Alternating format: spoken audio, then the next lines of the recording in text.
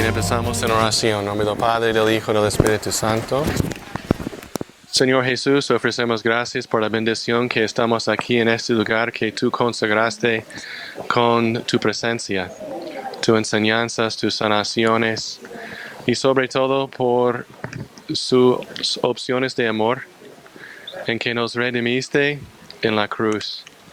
Y pedimos que podamos continuar entrando en una comunión interior con tu corazón sagrado y traspasado, escuchando a tu corazón palpitando por nosotros, con la Virgen y a través de la Virgen, para que caminemos en una alianza nueva de corazones. Ábrenos, Señor, a la disposición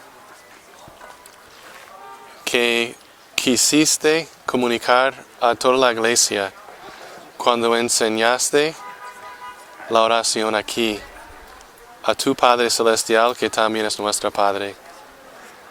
Ayúdanos a entrar en tu corazón, a escuchar tu voz, a caminar en el Espíritu Santo como tu nueva familia, Señor. Pedimos a la Santísima Virgen que ella nos acompañe. Dios te salve María, llena eres de gracia, el Señor es contigo. Bendita tú eres entre todas las mujeres, y bendito es el fruto de tu vientre Jesús. Santa María, Madre de Dios, ruega por nosotros pecadores, ahora y en la hora de nuestra muerte. Amén. En el nombre del Padre, del Hijo y del Espíritu Santo. Amén. Entonces yo voy a dar una explicación sencilla sobre la oración del Padre Nuestro, su lugar en el Evangelio y su estructura. Y después Mother va a darnos una reflexión, entrando en el Padre Nuestro como gran oración del reino de Dios. Entonces, según las Escrituras, encontramos el Padre Nuestro en Mateo capítulo 6. ¿Dónde estamos en Mateo capítulo 6? En Galilea, en el Sermón del Monte. Entonces el Señor enseñó, según el Evangelio de San Mateo, el Padre Nuestro en Galilea, en el Monte de las Bienaventuranzas, como el culmen de esta enseñanza, la Magna Carta de nuestra vida cristiana. En el Evangelio de San Lucas también encontramos el Padre Nuestro, pero en vez de 7 peticiones, hay 5 peticiones según el Evangelio de San Lucas. Y se encuentra el Padre Nuestro en capítulo 11. ¿Y qué pasa en capítulo 11? La estructura del Evangelio de San Lucas tiene 3 grandes movimientos en su nacimiento, su ministerio público en Galilea, pero después de capítulo 9, versículo 51, el Señor está entrando en este camino a Jerusalén. Entonces, Jesús enseñó a sus discípulos, el Padre Nuestro, también en el camino a Jerusalén. Estamos aquí en la iglesia del Pater Noster, porque según la tradición oral de la iglesia de Jerusalén, el Señor enseñó el Pater Noster aquí. Entonces, ¿hay un conflicto entre Mateo y Lucas y la tradición oral? Por supuesto no. ¿Qué significa? Que el Señor siempre estaba enseñando al Padre Nuestro. Que el Padre Nuestro es la oración que el Señor empezó a enseñar en Galilea. Y seguía enseñando en camino a Jerusalén. Y en Jerusalén también enseñó el Padre Nuestro. Podemos pensar que con sus discípulos, el Señor, tal vez cada día en la noche, después de terminar su ministerio, de regresar, de sirviendo la gente, que el Señor regresó con ellos y ellos rezaron juntos al Padre Nuestro. Es decir, que el Señor quería que la iglesia aprendía muy bien esta oración. Es la oración que sale de su corazón filial para que nosotros podamos, en una manera muy sencilla, recordar nuestra fe y caminar nuestra fe con Él y a través del Señor. Entonces, la oración que tenemos y que rezamos en la Santa Misa, tenemos gracias a San Mateo. Gracias a San Mateo tenemos las bienaventuranzas y también tenemos el Padre Nuestro. En los Evangelios es muy importante cuando hay el nombre de una persona. Por ejemplo, esta mañana cuando Mother estaba enseñándonos, describió el momento cuando Pedro cortó la oreja del soldado del sumo sacerdote. Después en el Evangelio de San Juan, porque todos los evangelios recuerdan este evento, pero en San Juan dice, y el Señor sanó a Malcus, un hombre que se llamaba Malcus. ¿Por qué? Porque Malcus era un miembro de la iglesia de Jerusalén. También Zaqueo, cuando tenemos Zaqueo en Jericó, entonces este hombre que recibe al Señor, ¿por qué? Porque Zaqueo llegó a ser un discípulo de Jesús. Entonces, en los evangelios tenemos los recuerdos de los que primariamente encontraron al Señor y escucharon el evangelio, pero también sus testimonios.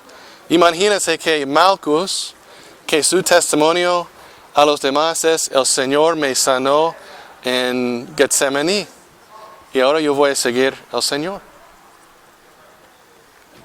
El Evangelio de San Mateo también tiene una estructura muy bien ordenada. De vez en cuando nosotros no podemos agradecer cómo están escritos los Evangelios, pero tienen su propia lógica y su forma. Y el Evangelio de San Mateo recibe 85% del Evangelio de San Marcos y después hay unas adiciones de San Mateo.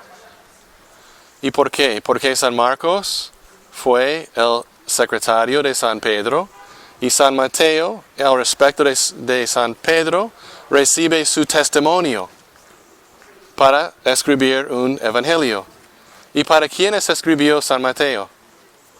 San Mateo escribió para la iglesia bajo persecución en Galilea, la iglesia judea cristiana.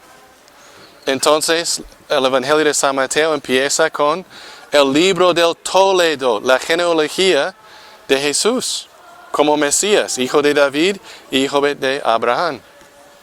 Después de esta introducción al Evangelio, hay 5 libros de enseñanzas en el Evangelio de San Mateo. ¿Y por qué?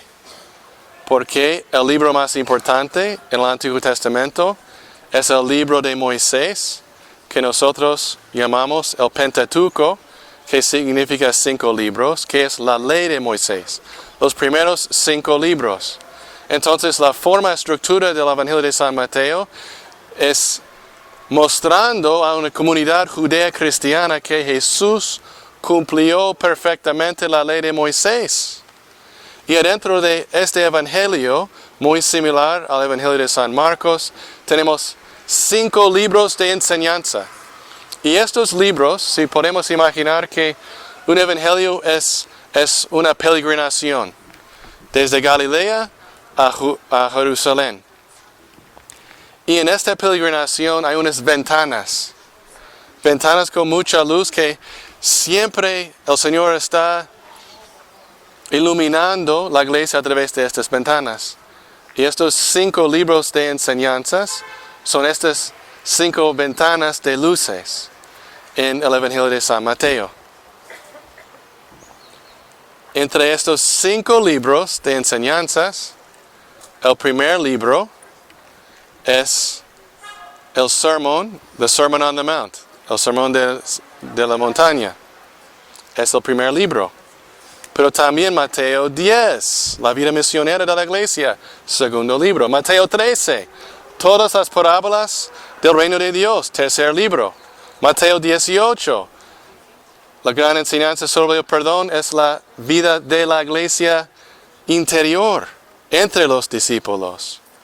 Y Mateo 24 25, que es su discurso aquí en el Monte de Olivos sobre los fines del tiempo. Entonces hay 5 libros y estamos en el primer libro, el sermón de la montaña. ¿Están siguiéndome? ¿Sí? ¿Sí o no? Bien. El primer libro de enseñanza, el sermón de la montaña. También Mateo, imagínense que tenemos el llamado de Mateo, capítulo 9, versículo 9. ¿Cómo es posible que Mateo escribió el sermón del monte, de la montaña? Porque Mateo estuvo allí, escuchando estas palabras.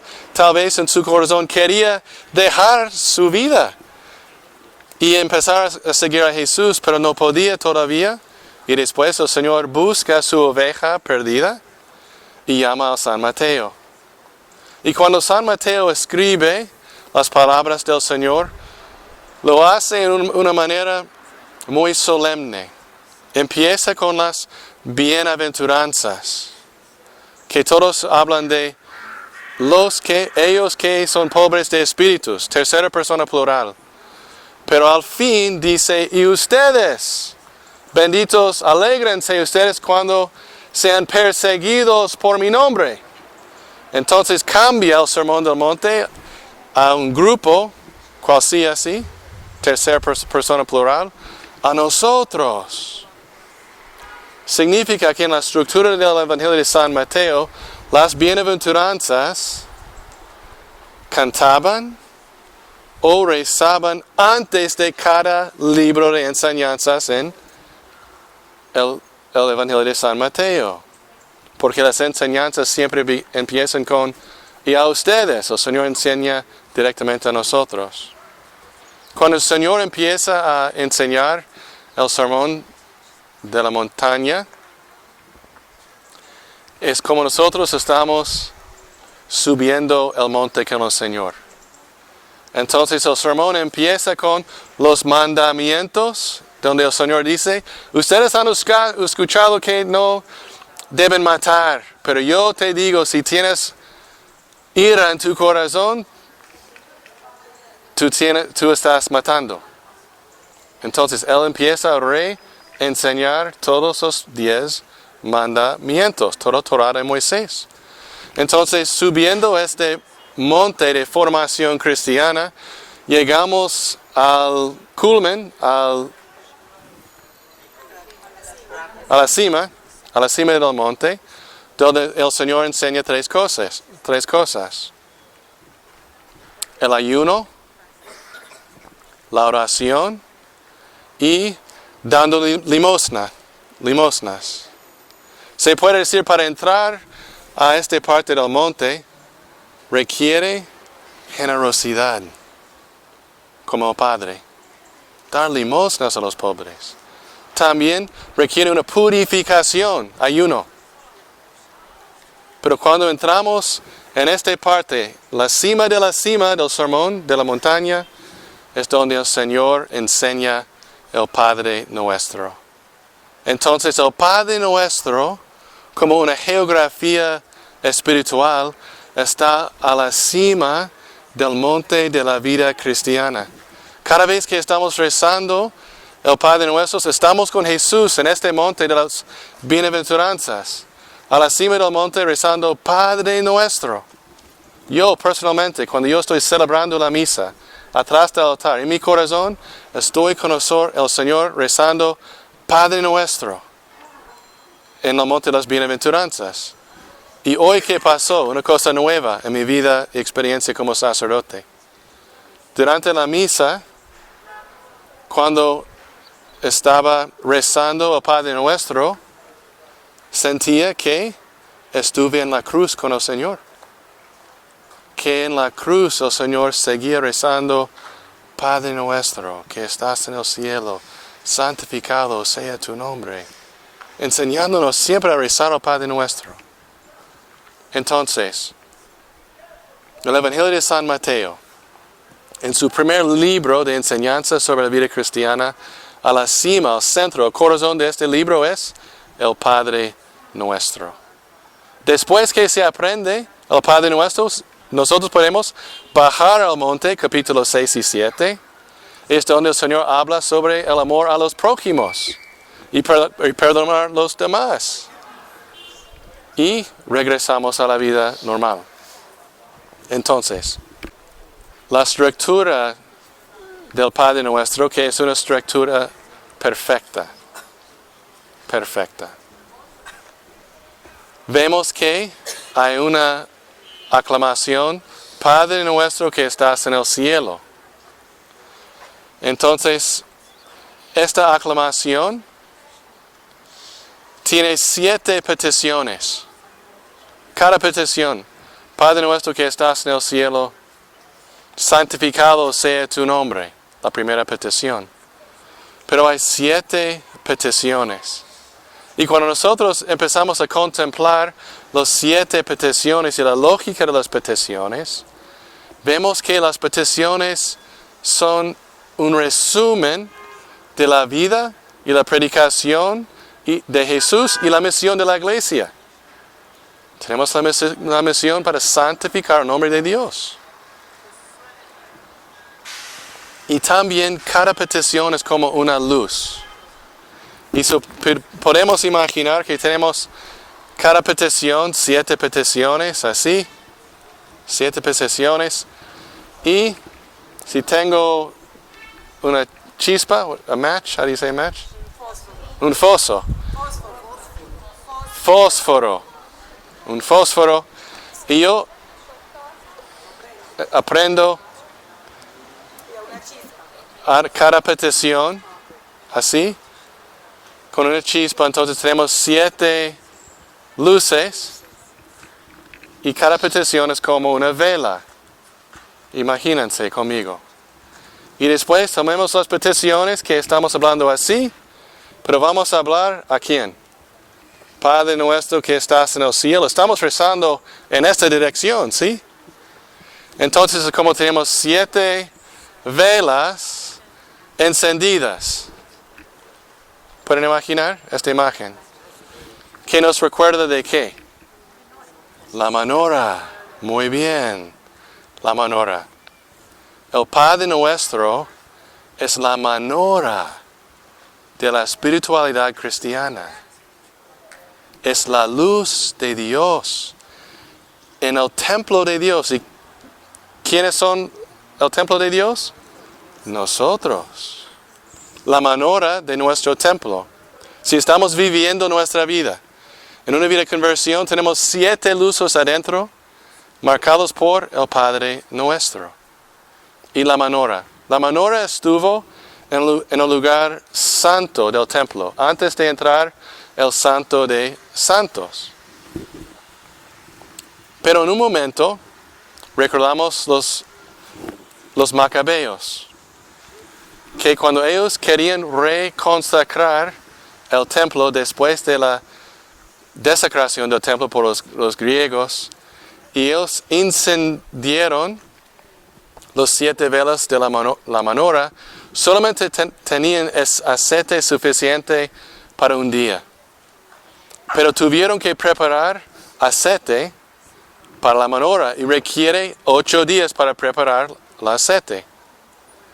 Pero milagrosamente, con un vaso de aceite, la menorá seguía prendida por 8 días.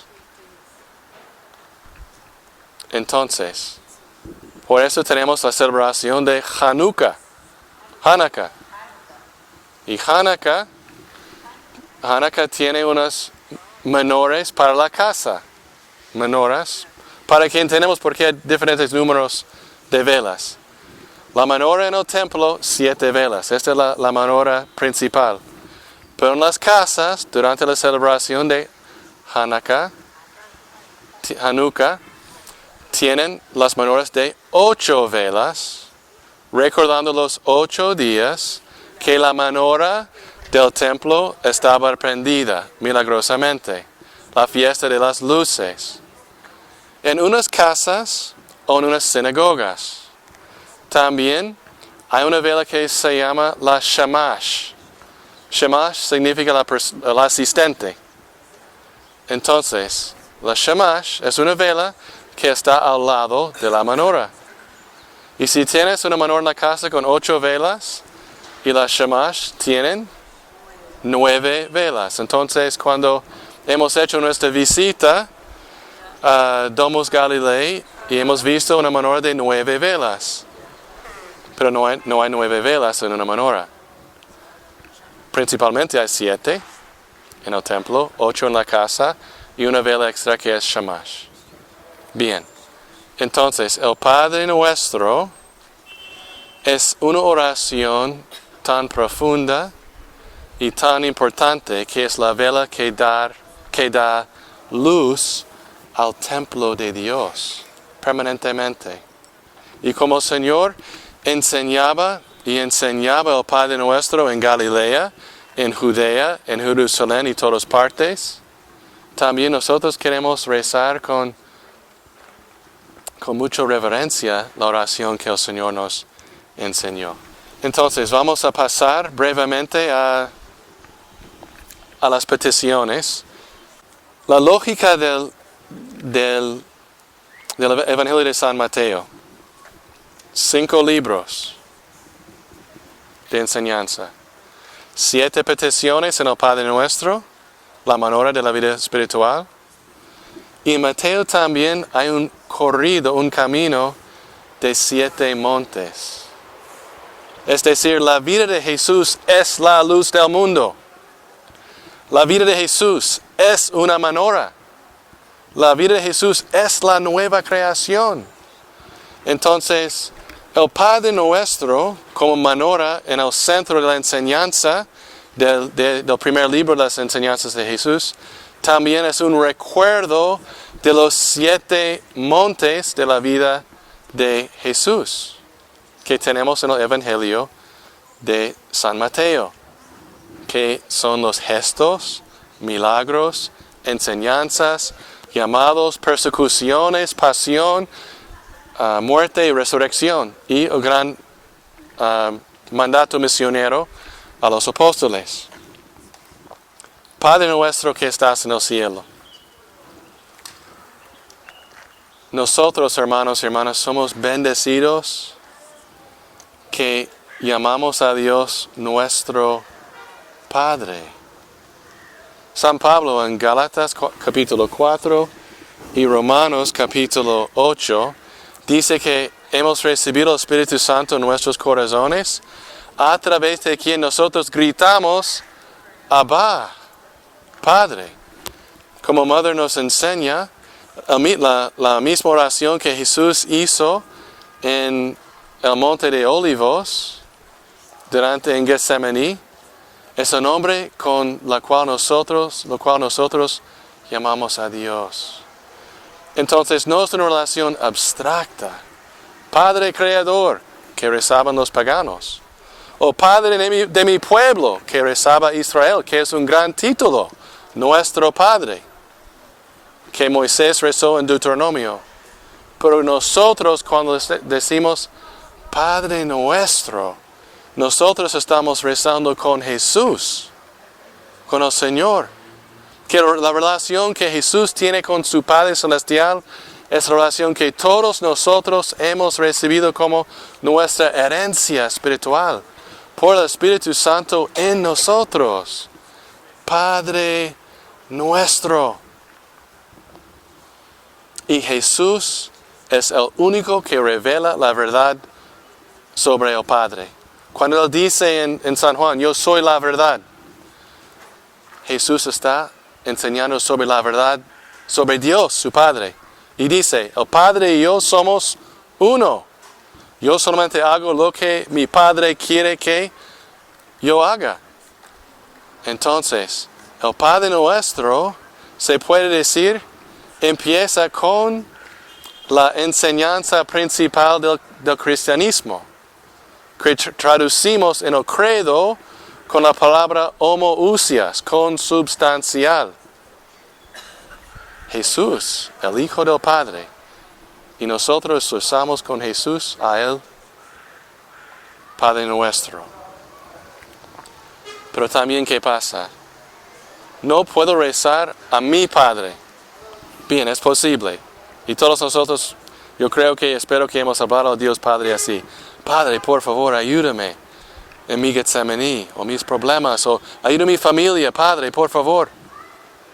Pero cuando el Señor nos enseñó a rezar, quería que recordamos que somos su familia, que somos la nueva familia de Jesús, y que rezamos, Padre nuestro.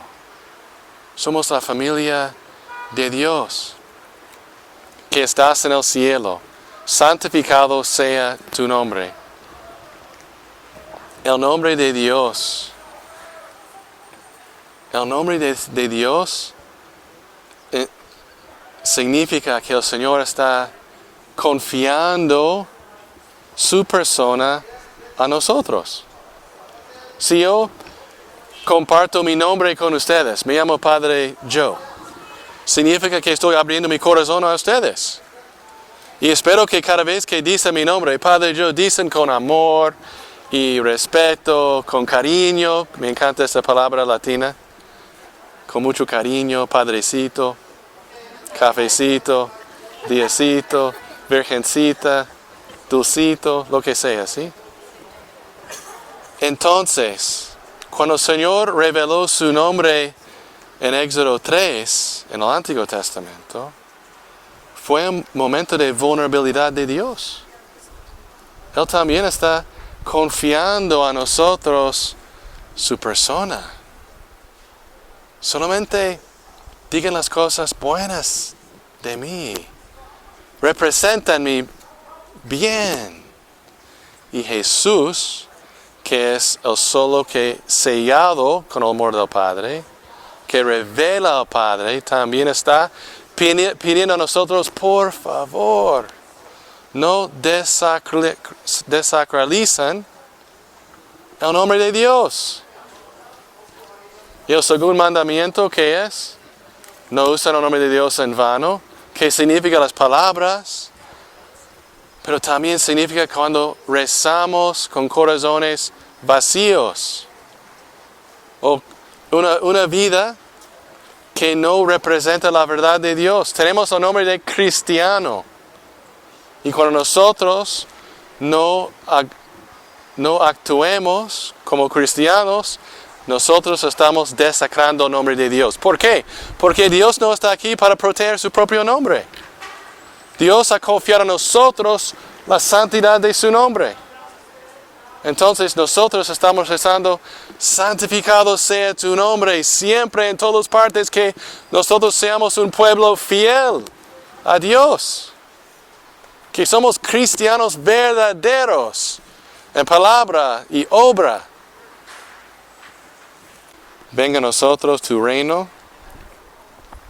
Sabemos que la obra central en la vida de Jesús fue de predicar el reino de Dios.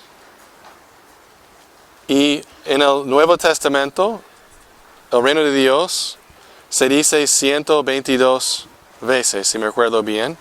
99 veces en los Evangelios. 90 veces, entonces 90 de 99 veces, las palabras reino de Dios salen de la boca de Jesús. Entonces su enseñanza principal fue el reino de Dios. ¿Pero qué es el reino de Dios? La palabra en griega basileia, que traduce el hebreo bisrot, no es un reino geográfico. Principalmente no es una palabra que significa un reino geográfico. Nosotros es difícil no escuchar reino de Dios así. El reino de Dios es una palabra activa, el acto de reinar. Entonces, cuando Jesús dice, la plenitud de los tiempos ha venido, el reino de Dios está cerca, está la participación en el reinado de Dios, la posibilidad de entregar tu vida a Dios, verdaderamente está aquí para ti. Solamente tienes que entregar y abrir tu corazón al Señor. El reino de Dios es una vida nueva en Jesucristo. Cuando San Pablo está escribiendo en Romanos capítulo 8, finalmente no hay condenación por los que están en Jesucristo. Él está explicando qué es el reino de Dios. Si nosotros somos bautizados por la fe de la iglesia, sacramentalmente, que nosotros somos templos de Dios, yo estoy en el reino de Dios. Yo vivo en el reino de Dios a través de los sacramentos. Y una vida inmergida en la palabra de Dios y de obras de caridad y misericordia, porque Dios es mi Padre. No es importante lo que los demás piensan o hagan. ¿Por qué? Porque yo estoy en el reino de Dios. Dios es mi Rey. Jesús es mi Rey, crucificado y resucitado. Entonces entrar, cuando estoy rezando, venga a nosotros tu reino. Estamos rezando por la gracia que el Señor abre nuestros corazones de piedra, de conviértanos a redescubrir este gran don que hemos recibido, el tesoro del reino.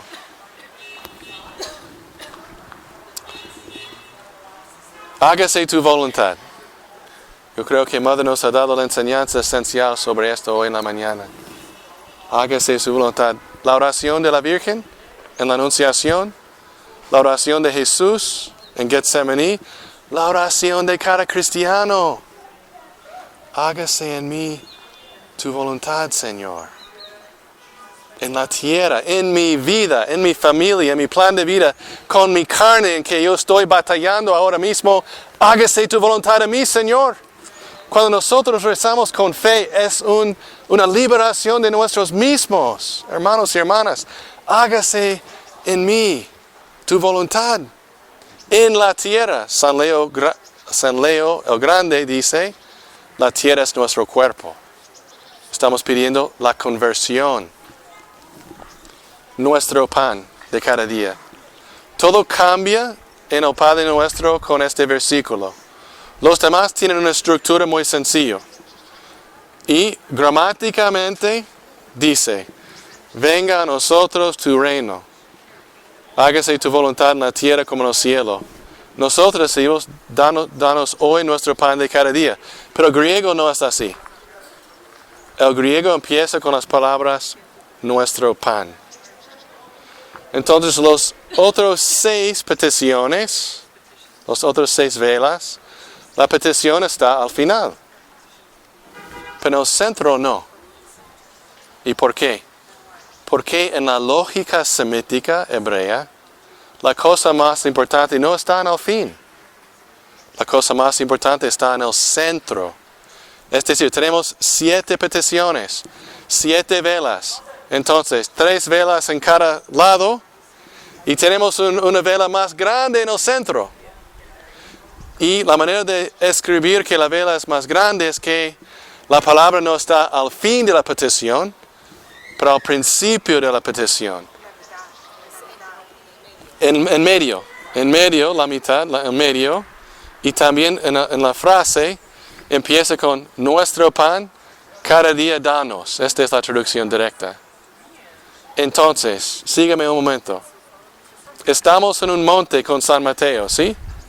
Hemos llegado a la cima con limosna y ayuno. Al centro está la oración. Al centro del centro está el Padre Nuestro. 7 velas en la dirección del Padre. Entonces, al centro del Padre Nuestro, es decir, la cima de la cima de la cima, está la cuarta petición. Este pan.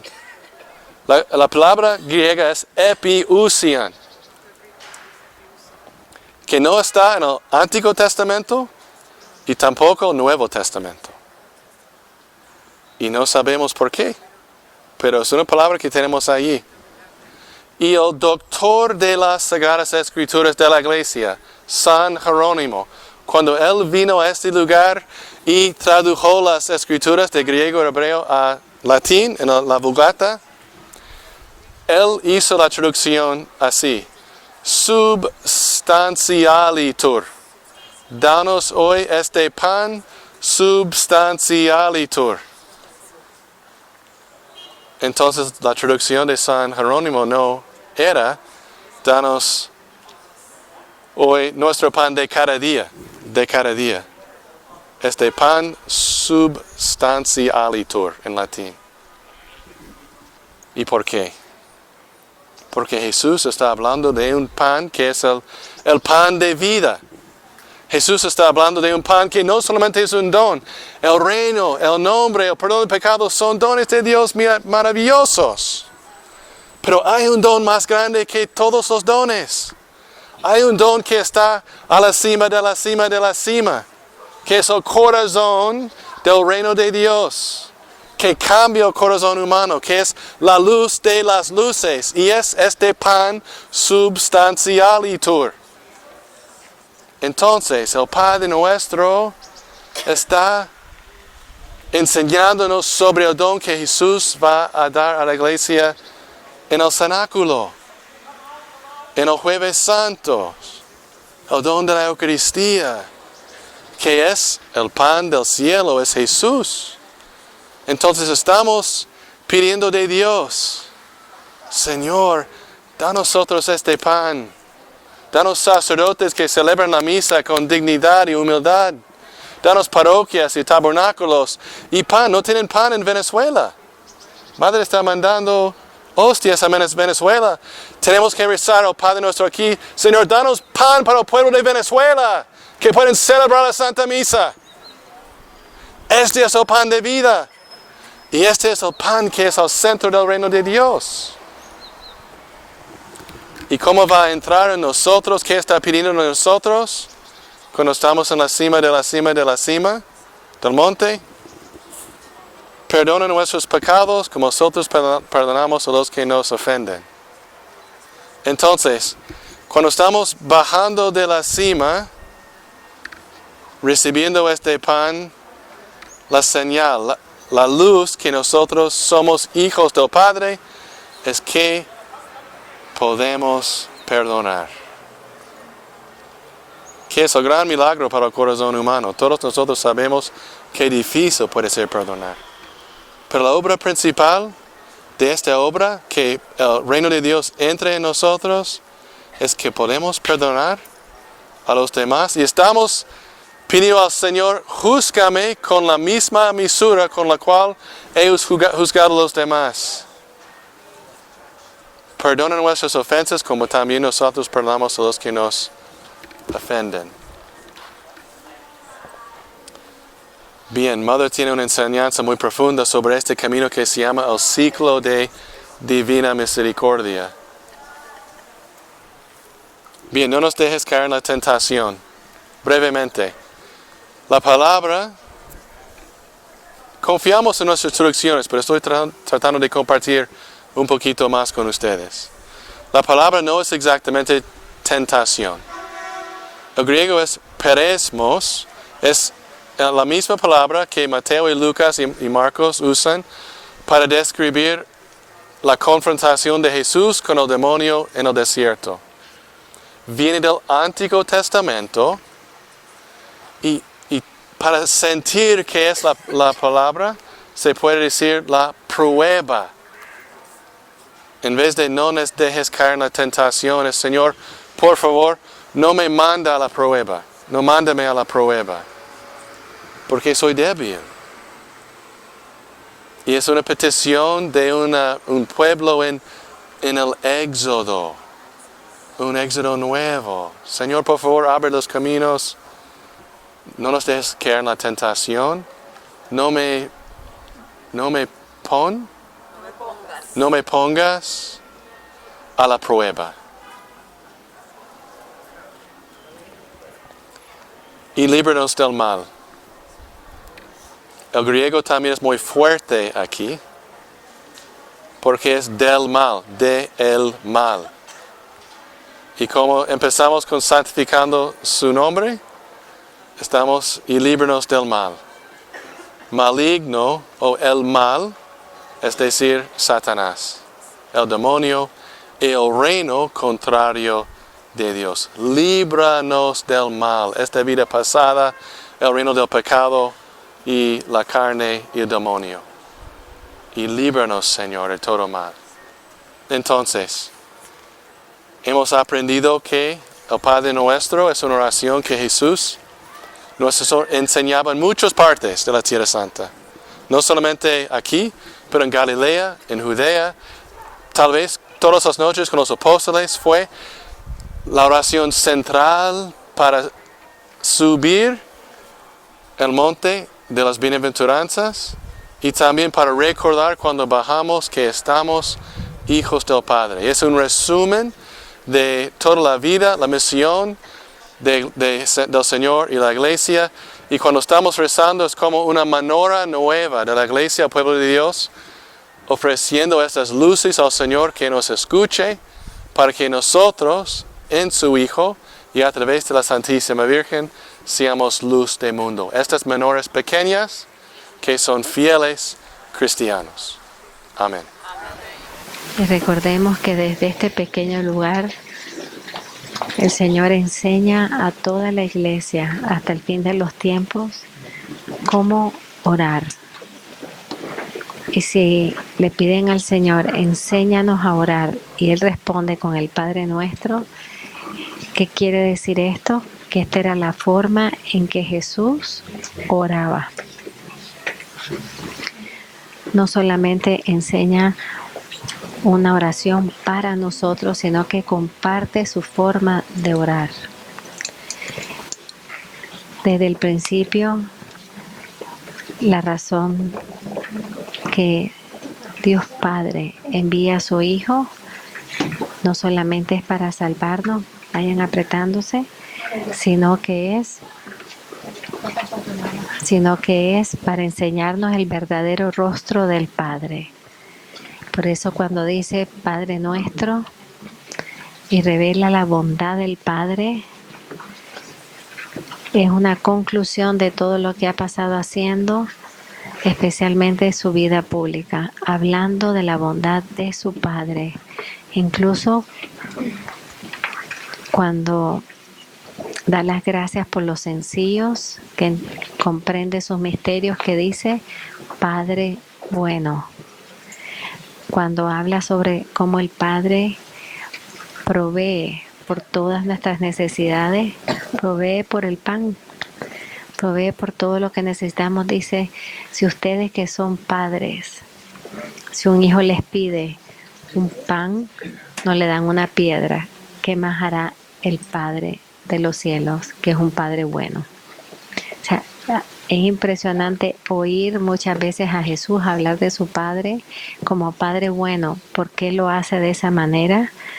Porque en el Génesis, la tentación o el fruto de la tentación fue que tuviéramos una visión equivocada del Padre, que creyéramos en un Padre que era malo, un Padre que tenía una agenda con nosotros, un Padre que ponía limitaciones no para nuestro bien, sino para su propio beneficio personal.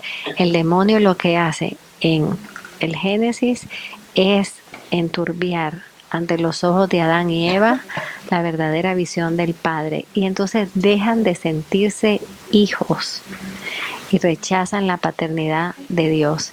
¿Qué viene Jesús a hacer?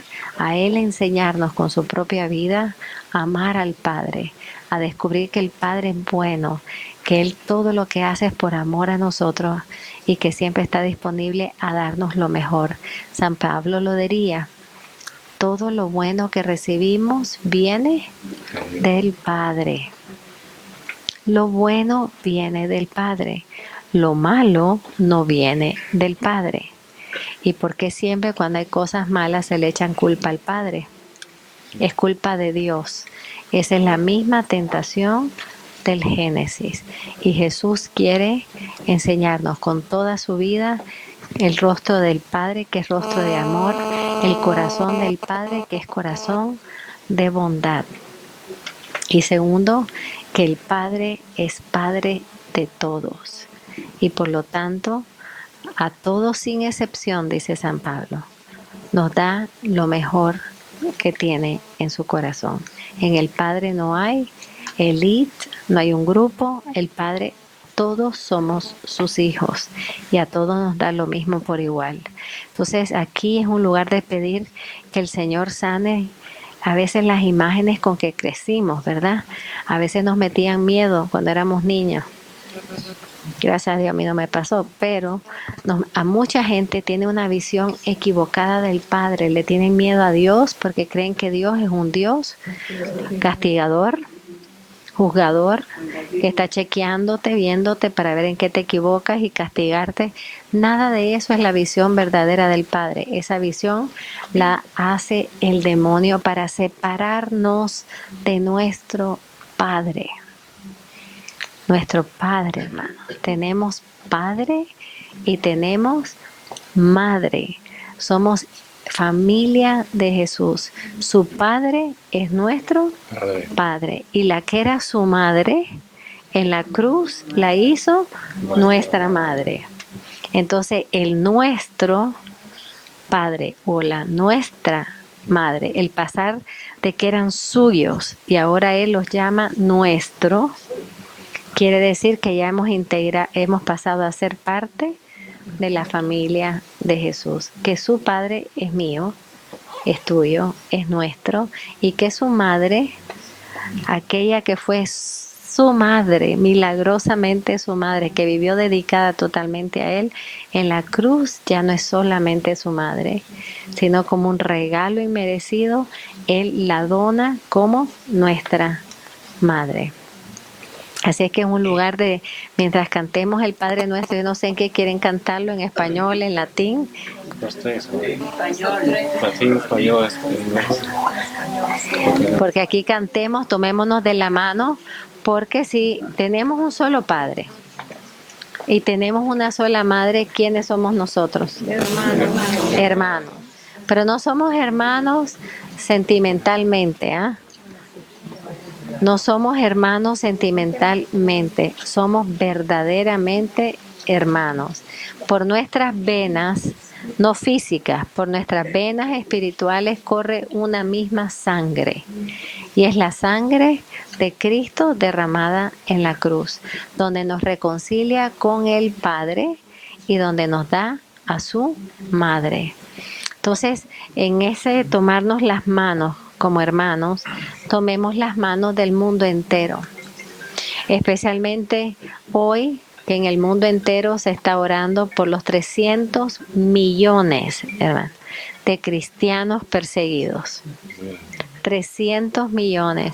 Se están en todas las grandes basílicas del mundo, en todos los edificios católicos del mundo, se están encendiendo en color rojo hoy para recordar los 300 millones de cristianos perseguidos, la mayoría que están muriendo y derramando su sangre.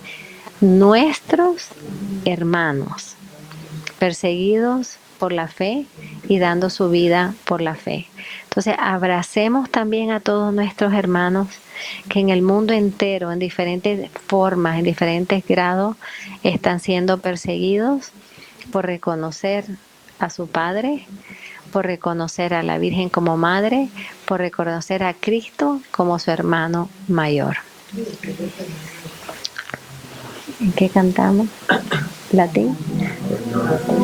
Nuestro que estás en el cielo, santificado sea tu nombre.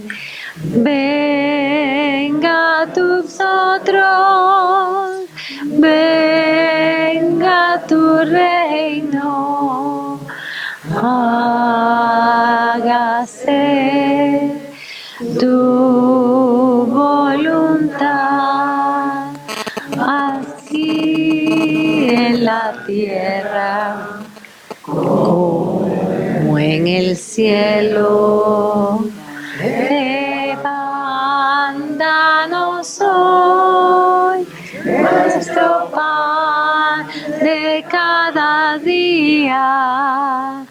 Perdona nuestras deudas, así como nosotros perdonamos a nuestros deudores. Y no nos dejes caer en tentación, tentación, mas líbranos del mal. Amén.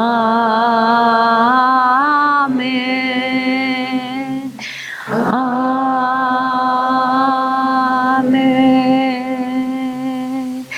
Oremos un momentito. Los que tengan el don de lengua, vamos a orar en lengua. Que el mundo reconozca la bondad del Padre, el verdadero rostro del Padre.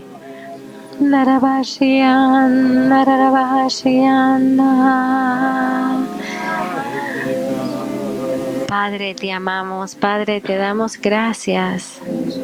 Te damos gracias por darnos a tu único Hijo para salvarnos. Padre, te damos gracias por cada don, cada cosa buena, el regalo de tu corazón, Padre. Todo lo que Jesús hizo, todo lo que dijo, es regalo de tu corazón, Padre, y de su corazón. Te damos gracias, Padre, por estar atento a nuestras necesidades. Jesús dijo, antes que ustedes las pronuncian, ya el Padre las conoce. Fortalece nuestra relación con el Padre. Enséñanos como Jesús a ir a orar a solas para estar con el Padre. Que verdaderamente nuestro alimento sea hacer la voluntad del Padre. Nuestro mayor deseo, vivir en el reino del Padre. Nuestra meta de vida, llegar a estar eternamente con el Padre. Te damos gracias, Señor, porque Jesús nos enseña, antes de hacer cualquier milagro, levantaba los ojos para buscar tu bendición, Padre. Cada milagro de Jesús es deseo del Padre. Es el Padre el que quiere derramar su amor a la humanidad. Es el Padre bueno el que quiere que regrese el Hijo pródigo a su casa y siempre lo está esperando. Siempre está viendo por la ventana que su Hijo llegue. Y sale no a reclamarle, sino a abrazarle.